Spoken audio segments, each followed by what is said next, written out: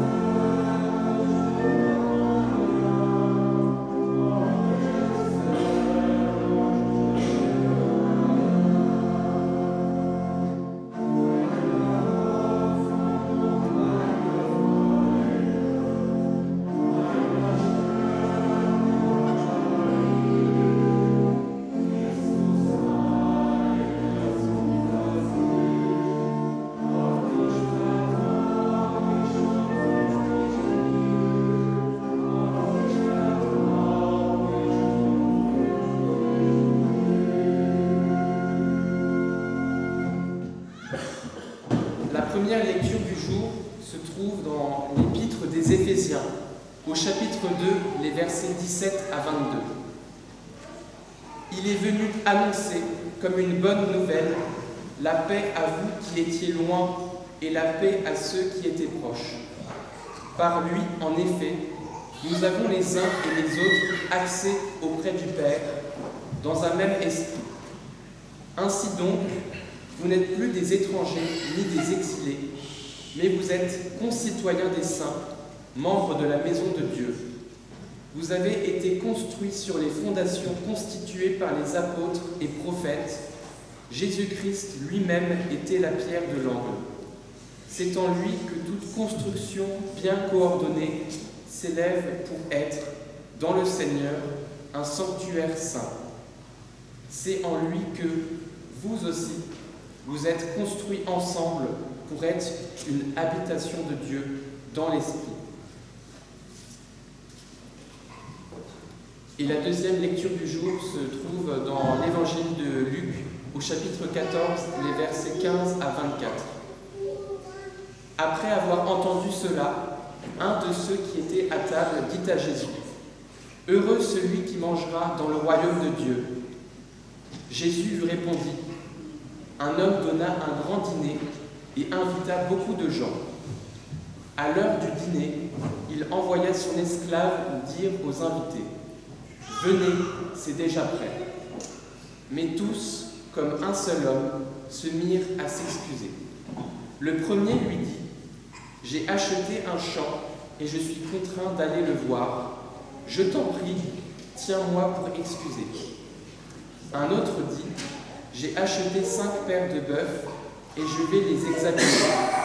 Je t'en prie, tiens-moi pour excuser. » Un autre dit : « Je viens de me marier, je ne peux pas venir. » L'esclave, de retour, rapporta tout cela à son maître.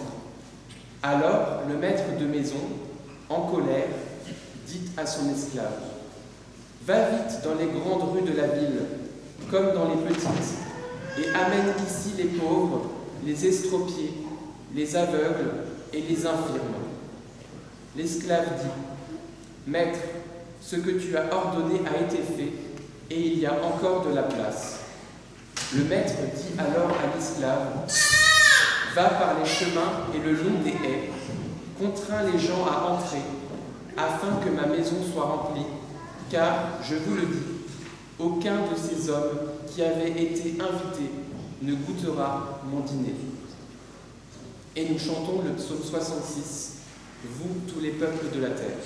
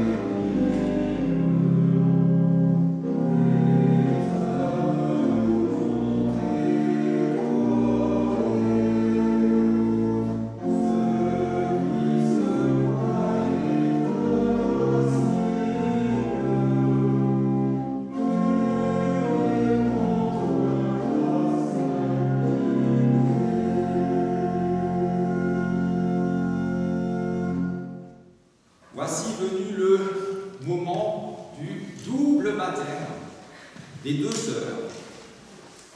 Alors, l'Évangile nous rapporte qu'un jour, c'est un épisode de la vie de Jésus, un jour des gens lui amènent des enfants pour qu'ils les bénissent.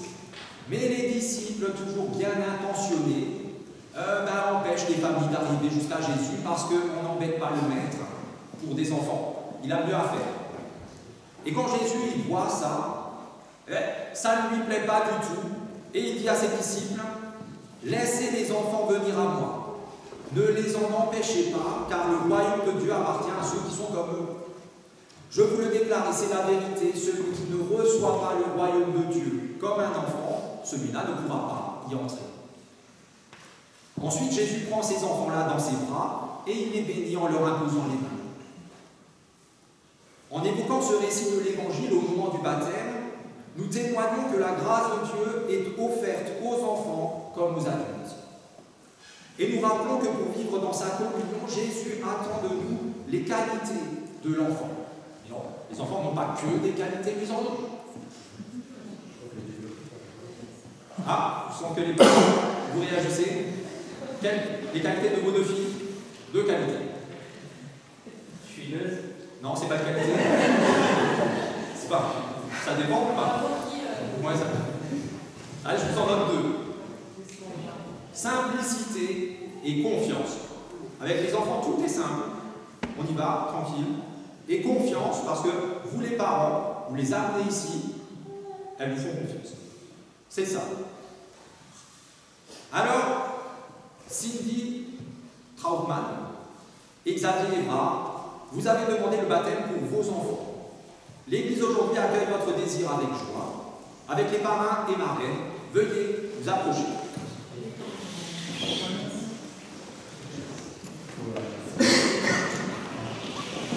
Et avec les enfants aussi. Par là, comme vous voulez, un peu plus.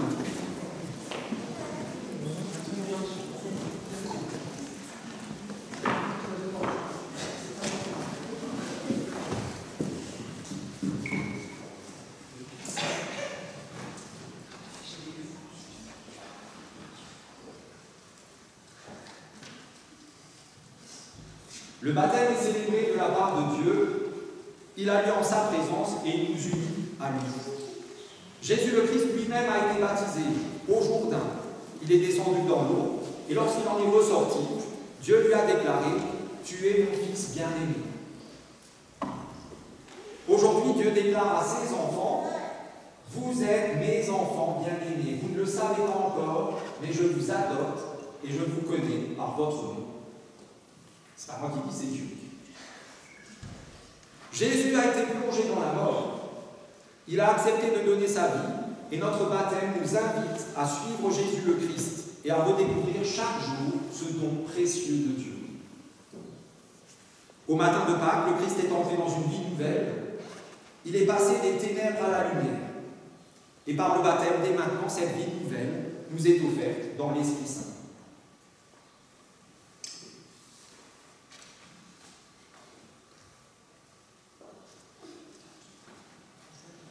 C'est au moment de monter vers son Père, qui est aussi notre Père, que le Christ ressuscité déclare « Tout pouvoir m'a été donné dans le ciel et sur la terre.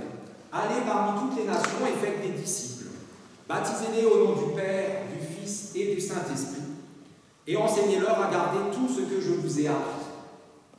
Et voici, je suis avec vous tous les jours, jusqu'à la fin du monde. » Aujourd'hui encore, nous recevons ces paroles du Seigneur au moment de baptiser vos enfants. C'est pas juste parce que c'est très joli.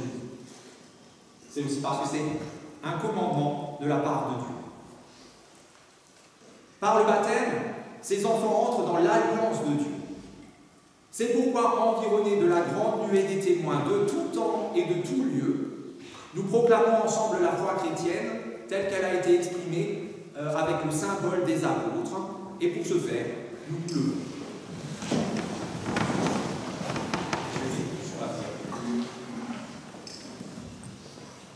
Je crois en Dieu, le Père Tout-Puissant, Créateur du ciel et de la terre. Je crois en Jésus-Christ, son Fils unique, notre Seigneur, qui a été conçu du Saint-Esprit et qui est né de la Vierge Marie.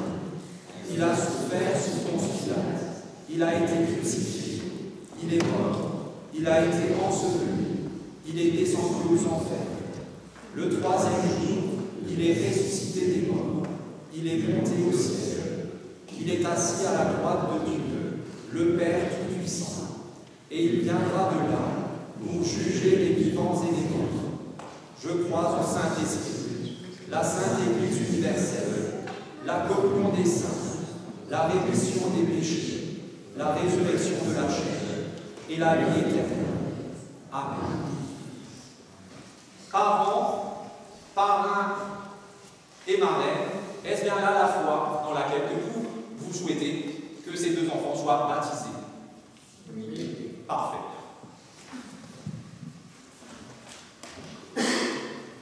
L'Assemblée peut reprendre place. Je vous oublie toujours. Faites comme chez nous.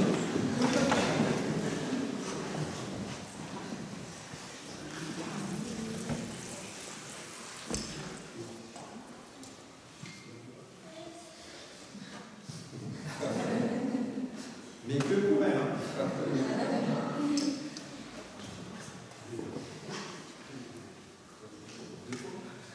Non, intervention. Une.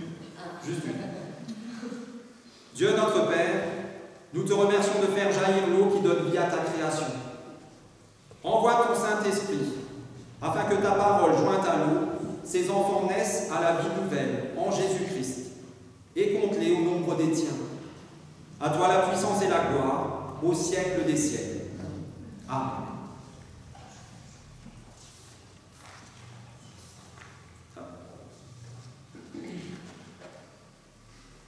Cindy et Xavier.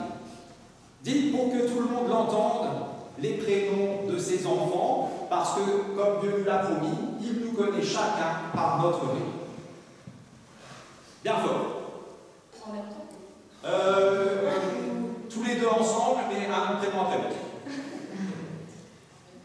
Eva. Mia. Voilà. C'est ce que j'ai noté, effectivement.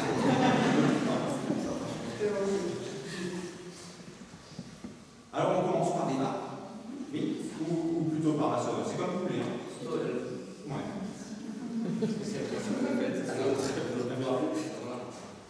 Alors ça, c'est effectivement, je vois. Vous pouvez noter. Voilà. Il faudra juste que je pose mes mains, mes doigts sur le front. C'est toujours un peu mouillé, mais c'est Eva. Je te baptise au nom du Père, du Fils et du Saint-Esprit. Pour toi, Jésus le Christ est mort et ressuscité. Tu as marqué du signe de sa croix. Et pour toi également, cette promesse est vraie. Quand les montagnes s'éloigneraient, quand les collines chancelleraient, mon amour ne s'éloignera pas de toi. C'est Dieu qui te le promet. Eva, que Dieu te conduise sur ton chemin de vie, dans tous les délicieux fruits de son esprit. Amen. C'est bon. On essuie un peu. Comme ça, la frange est de nouveau en place. C'est bon. Voilà. Bon, c'est pas. Bravo. Non, ça va. Tranquille. Et la sœur, la plus courageuse des deux. Normalement. Ouais. Voilà. Pareil. Mia, je te baptise au nom du Père, du Fils et du Saint-Esprit. Jésus le Christ est mort et ressuscité pour toi, sois marqué du signe de sa croix. Et pour toi, cette promesse divine est également vraie. Quand les montagnes chancelleraient, quand les collines s'éloigneraient, ou l'inverse, mon amour ne s'éloignera pas de toi, c'est Dieu qui te le promet. Que Dieu te conduise sur ton chemin de vie dans tous les délicieux fruits de son esprit. Amen. Trois fois, voilà, par contre, elle est effectivement un peu décoiffée. Voilà. Je vais passer le temps. Je vais bouger.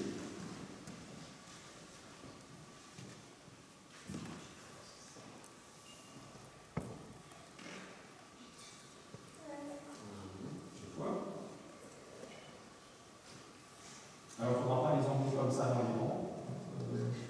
Si vous les emmenez direct dans les dents, il faut les éteindre. Il faut faire attention aux cheveux. En plus, ça bouge un peu, j'essaie d'étaler. Voilà. Hein?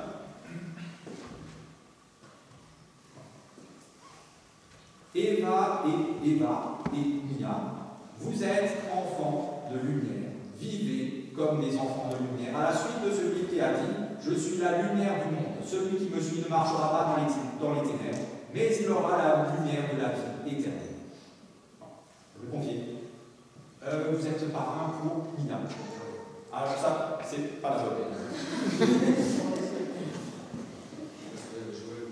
Ouais. Pour Mia. Voilà. Et ça, c'est vous jouez. Pour Eva. Voilà.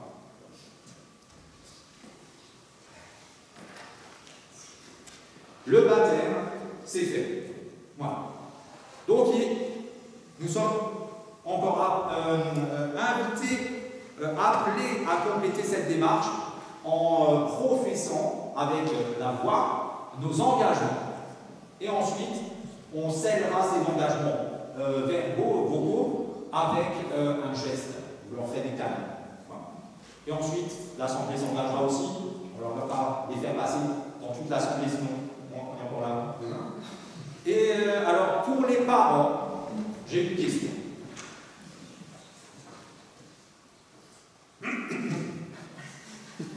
Chers parents, vous, en demandant le baptême pour Eva et Mia, vous les engagez à suivre Jésus-Christ. Avec l'Église qui les reçoit aujourd'hui, vous aurez à les élever dans la foi, afin qu'elles aiment Dieu et leur prochain. Si telle est bien votre résolution, dites oui avec l'aide de Dieu. Oui, avec l'aide de Dieu. Voilà, c'est facile. Pour les parrains et marraines, c'est une des marraines qui a préparé un texte commun. Et si vous voulez bien, allez directement sur la marche et le dire bien fort. Alors, Eva et Mia, c'est avec une joie immense que nous sommes aujourd'hui à vos côtés pour célébrer votre baptême. Nous avons la chance d'avoir été choisis par vos parents pour être vos marraines et parrains.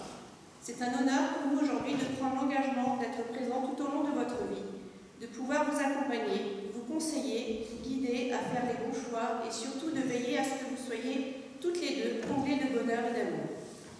Il y aura certainement une marraine ou un parrain plein de sagesse, un autre de bons conseils, une ou un câlin et sûrement une moins avec qui vous ferez des bêtises. Dans tous les cas, nous serons toutes et tous là pour vous, Eva et Mia, vos parrains et marraines.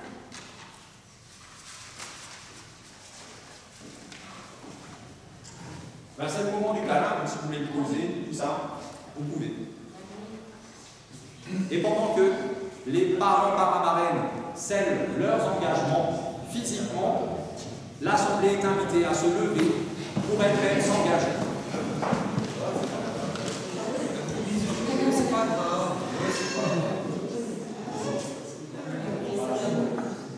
Frères et sœurs, Eva et Mia sont enfants de Dieu. Elles sont ici chez elles. Vous êtes leur famille spirituelle. Vous leur accorderez, ainsi qu'à leur famille, le soutien de votre prière. Aucune contrainte ne les retiendra dans la communauté chrétienne, mais si elles venaient à s'en séparer, vous affirmerez qu'elles peuvent toujours y retrouver leur place. Vous serez ainsi pour elles des témoins de l'amour de Dieu. Êtes-vous prêts à prendre cet engagement? Dites après moi, oui, avec l'aide de Dieu. Oui, avec l'aide de Dieu.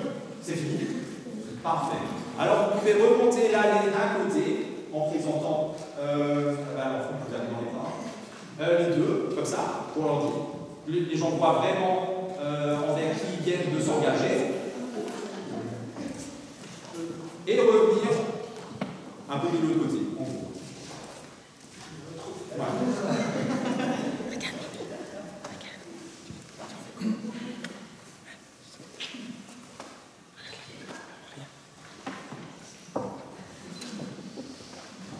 Donc ce sont bien elles, Mia en tête, Eva dans la foulée. Peut-être qu'il y aura un dépassement encore sur la foulée. Attention, il y a quand même des marches. Voilà. L'Assemblée peut reprendre place pour chanter le chant suivant, 3 strophes, et pendant ce temps, nous signons le registre de baptême. Qui veut commencer? Vous devez signer les deux. Amen.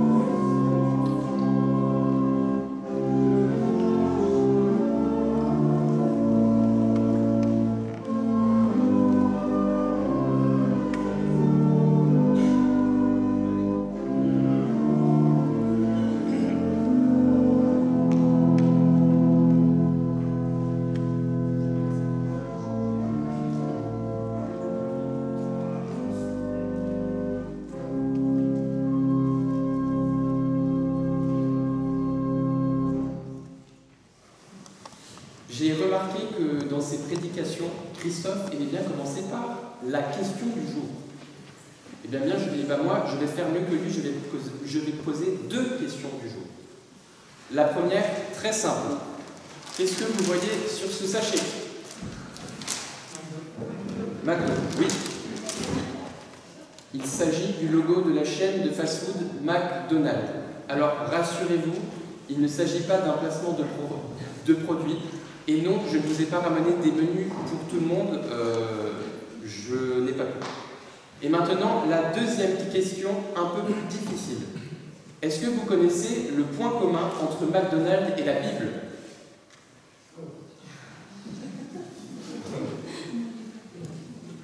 Non. Bon. Il s'agit de la célèbre phrase « Venez comme vous êtes ». Avant d'être le slogan de ce restaurant, entre guillemets, elle vient de Jésus, qui a accueilli chacun comme il était, quelle que soit son origine, son sexe, sa situation, etc. Tous étaient reçus, qu'ils soient bons ou mauvais, malades ou en bonne santé, juifs ou païens, hommes ou femmes, même enfants. Chers frères et sœurs, dans la parabole des invités remplacés par les pauvres, lue un peu plus tôt, il est raconté qu'au début du chapitre, Jésus est entré chez un chef des pharisiens, un jour de sabbat, et se trouve à sa table. Et voici un autre invité qui dit à Jésus cette parole pieuse.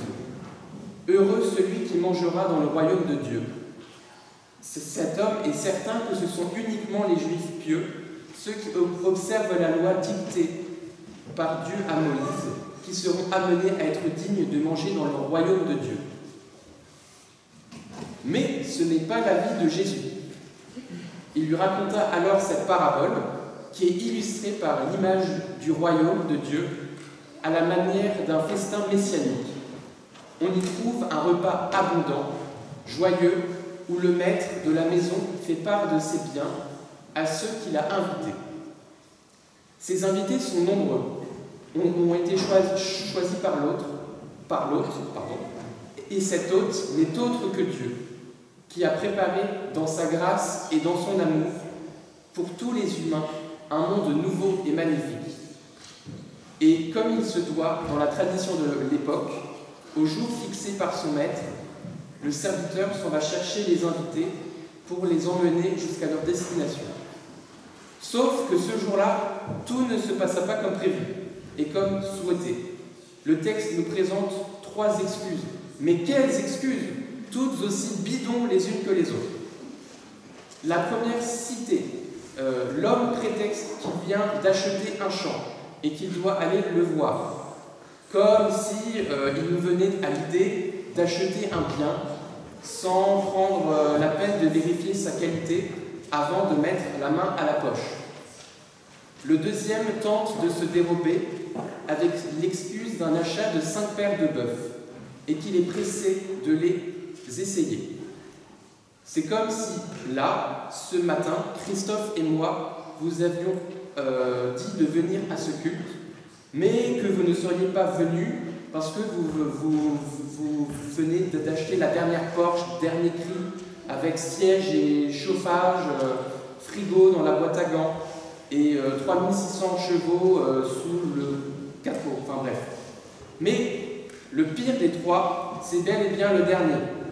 En plus de ne pas s'excuser, contrairement aux 2 premiers, sa raison est davantage moins valable. Il vient de se marier. Très bien, nous sommes très contents pour lui et pour la mariée. Mais pourquoi ne pas venir au repas que le Seigneur a préparé pour lui? Il peut y aller avec son épouse.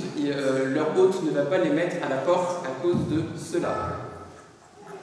En résumé, leurs excuses ne sont pas valables. Et ils veulent faire entendre à leur hôte que leurs affaires les occupent tellement et qu'ils n'ont ni le temps ni l'envie de venir au festin.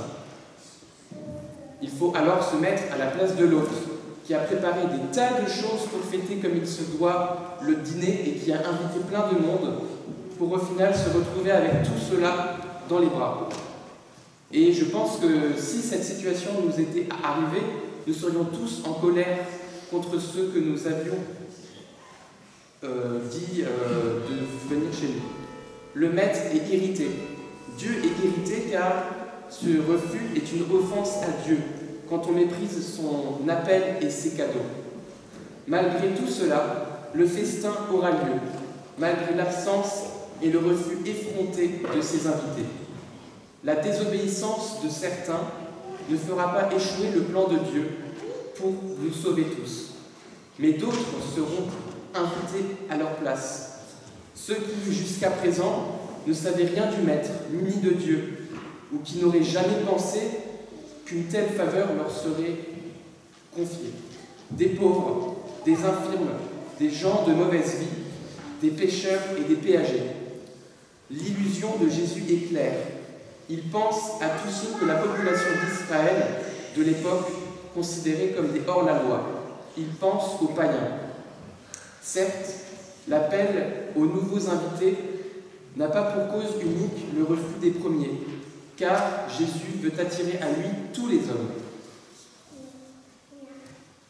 Dans cette parabole, Jésus insiste sur le fait que ce que l'on a méprisé est offert à d'autres qui nous devanceront, bien que nous les jugions et méprisions avec condescendance. Nous sommes invités, par exemple, par notre paroisse à ces différentes activités, selon notre âge, au groupe d'enfants, au groupe de jeunes, au partage biblique, au culte, et également par l'Écriture elle-même, à donner des leçons d'amour et d'espérance autour de nous. Les gens appelés dans les rues et sur les places sont pour Luc les Juifs les moins pieux, ceux qui étaient excommuniés, malades, de mauvaise fréquentation. Les péagers et les pécheurs qu'on voyait d'un mauvais œil ont été accueillis par Jésus. Et cela va, et il y a encore de la place. Le serviteur doit donc sortir de la ville et contraindre les passants d'entrer. Sans pour être autant une évangélisation musclée, l'accueil se fait avec la volonté d'inviter ces étrangers, avec le sourire de la bonté de Dieu dont Jésus témoigne. Ils sont donc entrés, accueillis par le Maître. On ne nous dit pas ce qu'ils ont ressenti sur le moment, mais ils sont venus combler le vide, restant avec un certain étonnement d'être invités par la faute. Alors, ce que j'aurais voulu vous proposer, c'est de sortir dans les rues et d'aller sonner chez les gens pour leur demander de venir, de leur parler de la parole de Dieu, sauf qu'on n'a pas le temps, c'est dommage. Quant aux invités qui ont décliné l'invitation, le Maître déclare qu'aucun d'eux ne goûtera à son dîner. Néanmoins, cet avertissement semble inutile. Jésus, dans son récit, pense au jour où les hommes se rendront compte de leurs erreurs et voudront se faire pardonner. On pourrait alors dire, sur un air de Renaud, ce n'est pas l'homme qui quitte l'Église, c'est l'Église qui quitte l'homme. Frères et sœurs, ne soyez pas et ne soyons pas ces gens qui n'ont pas le temps de penser à Dieu, qui se croient trop heureux, trop riches, trop occupés pour penser à prier. Ne nous disons pas qu'en tant que baptisés, confirmés ou membres de son Église, nous avons des droits spéciaux par rapport aux autres, au point de nous sentir pousser des ailes. Sinon, nous finirions à l'image de Icare, comme dans le labyrinthe, à la fois si proche et si loin de notre but. Sachons donc écouter la voix de notre Seigneur, l'appel à la vie et à la joie qu'il nous adresse, tels que nous sommes. Sachons accepter son invitation, venez car tout est prêt. Mais rappelons également que toute invitation nécessite une réponse, qu'elle soit positive ou bien négative. Vous trouverez donc ces invitations à la sortie de l'Église que vous pourrez emporter chez vous. Qu'avec l'aide de Dieu, notre réponse soit à la mesure de son amour et sa bonté. Et gardons à l'esprit que nous devons également porter l'invitation à tous les autres, peu importe qui ils sont. Car, comme le disent à l'unisson Jésus et McDo, venez comme vous êtes. Amen.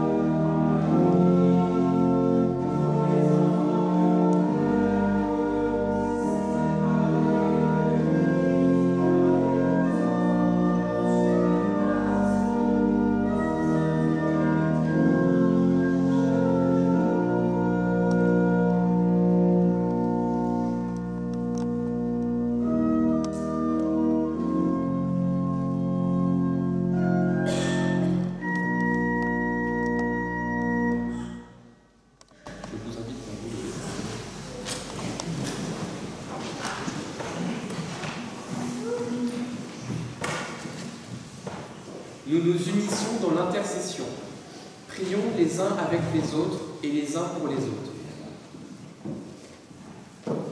Seigneur, toi qui appelles les femmes et les hommes à se lever pour porter au peuple de la terre la bonne nouvelle de ton amour, nous te prions pour les responsables d'Église, pour les prêtres et pasteurs, pour les diacres et missionnaires, pour les vicaires et tous ceux qui exercent un ministère. Que ces personnes annoncent ta parole dans la force de la vérité.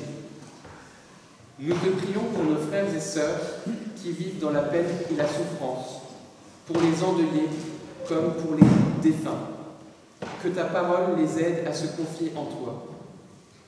Nous te prions pour nos amis, pour notre famille, nos collègues et tous nos proches. Que ton amour permette à nos relations de grandir dans le bonheur et la transparence sous ton regard. Donne-nous assez de simplicité pour leur demander de prier pour nous et nous de leur promettre de toujours prier pour eux. Nous te prions pour les personnes qui ne te connaissent pas. Que tu viennes maintenant, Père éternel, poser ta main sur eux pour qu'ils découvrent que tu es la lumière du monde. Pour nous-mêmes, Seigneur, nous te prions. Toi qui nous dis, demandez et vous recevrez, donne-nous d'être inventifs pour faire notre part dans les exaucements que nous te demandons. Et dans le silence, confions à Dieu ce qui nous tient particulièrement à cœur.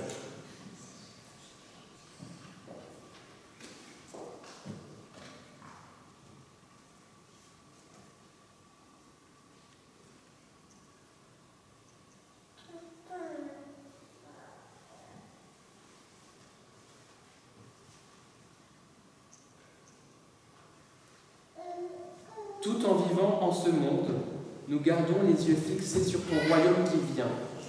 Reçois notre prière par Jésus-Christ, ton Fils, notre Seigneur, qui vit et fait vivre en nous, aujourd'hui et pour toujours. Et d'une même voix et d'un même cœur, nous te disons la prière que Jésus nous a enseignée. Notre Père, qui es aux cieux, que ton nom soit sanctifié, que ton règne vienne, que ta volonté soit faite sur la terre comme au ciel. Donne-nous aujourd'hui notre pain de ce jour.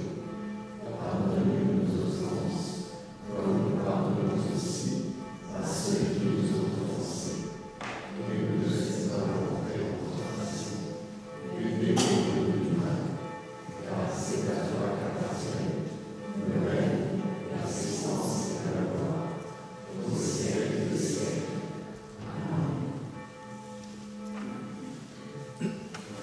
Je vous invite à reprendre place. Ils avancent.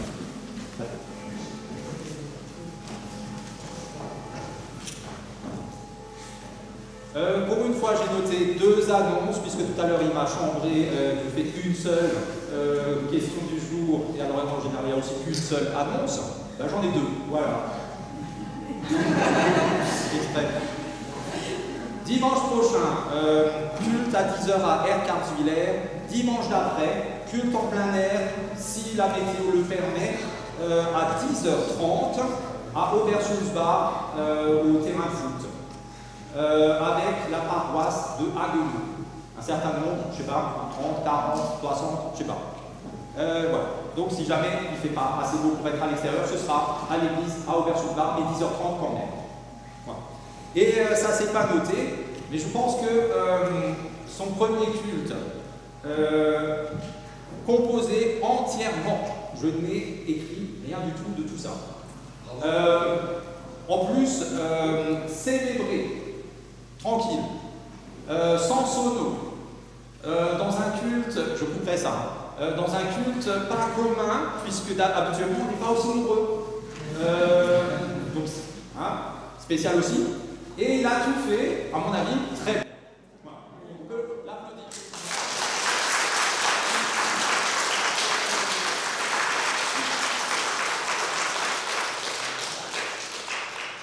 Et j'ai une question pour Lucille.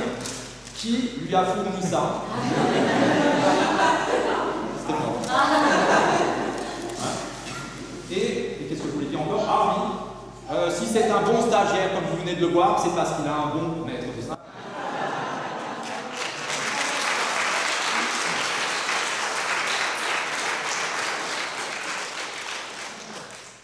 Justement, j'avais une petite annonce pour remercier mon maître de stage qui m'a aidé pendant 3 semaines, qui m'a aussi supporté pendant 3 semaines, qui m'a aussi réveillé.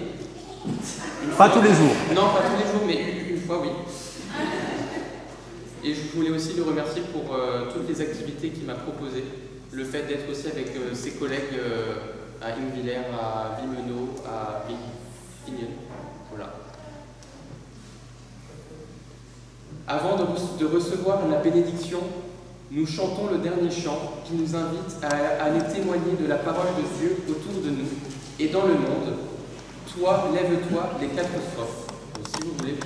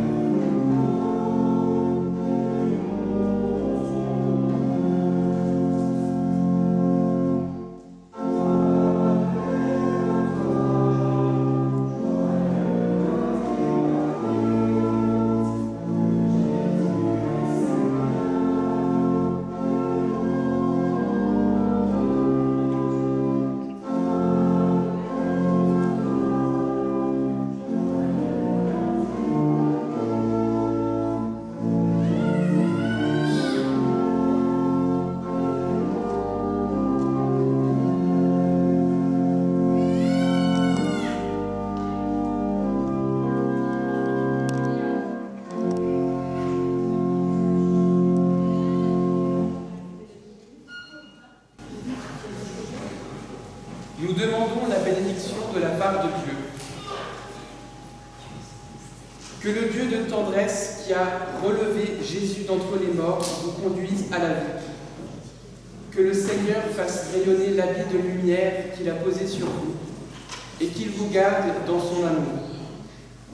Que le Dieu de toute promesse fasse lever en vous la plus belle des moissons et vous transforme en semeur de son royaume.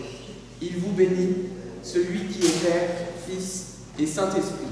À lui le règne, la puissance et la gloire pour les siècles des siècles. Amen. Très bon dimanche à vous, très bonne fête à la famille de Eva et de Mia et à très bientôt.